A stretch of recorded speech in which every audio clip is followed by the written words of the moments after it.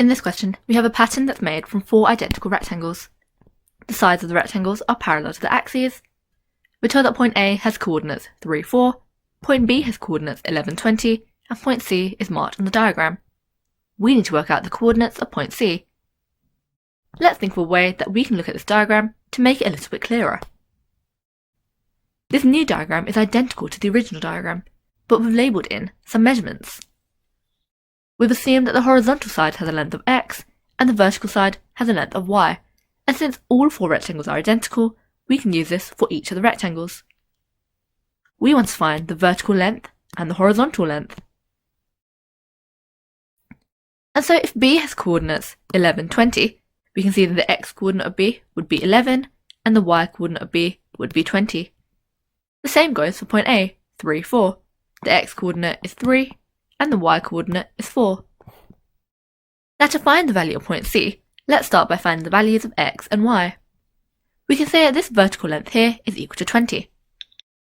And so let's see if we can create an expression with x and y based on this length. Now the vertical length of 20 would be equal to this length, plus the small length here, plus this length, plus this length. We know the length of each of these 4 parts, and so we can say that the vertical length would be equal to 4 plus y plus x,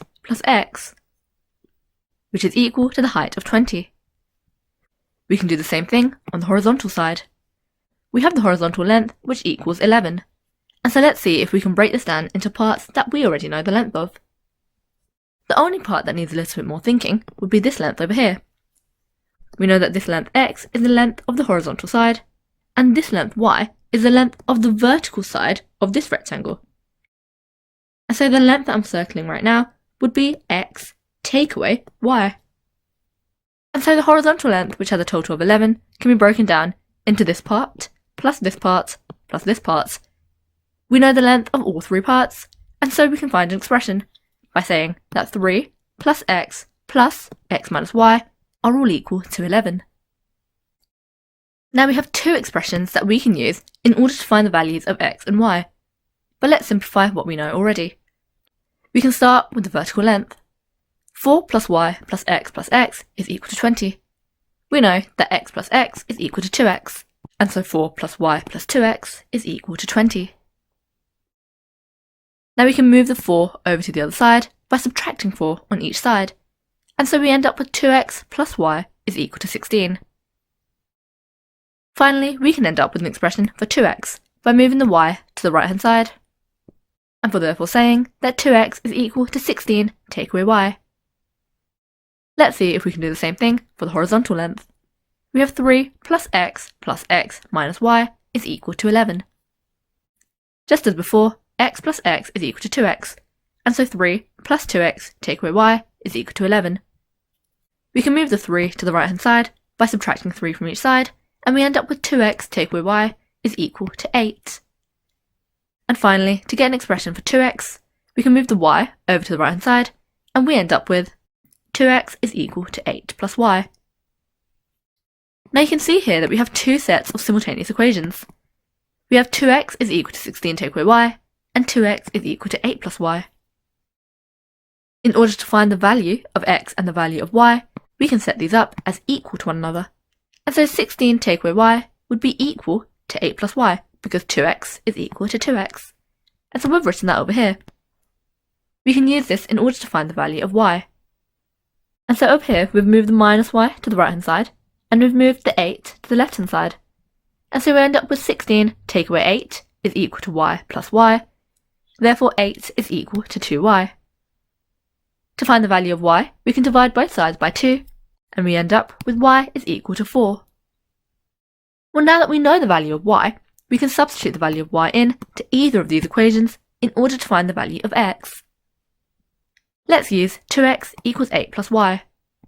Since 2x is equal to 8 plus y, and y is equal to 4, we can say that 2x is equal to 8 plus 4, which is equal to 12.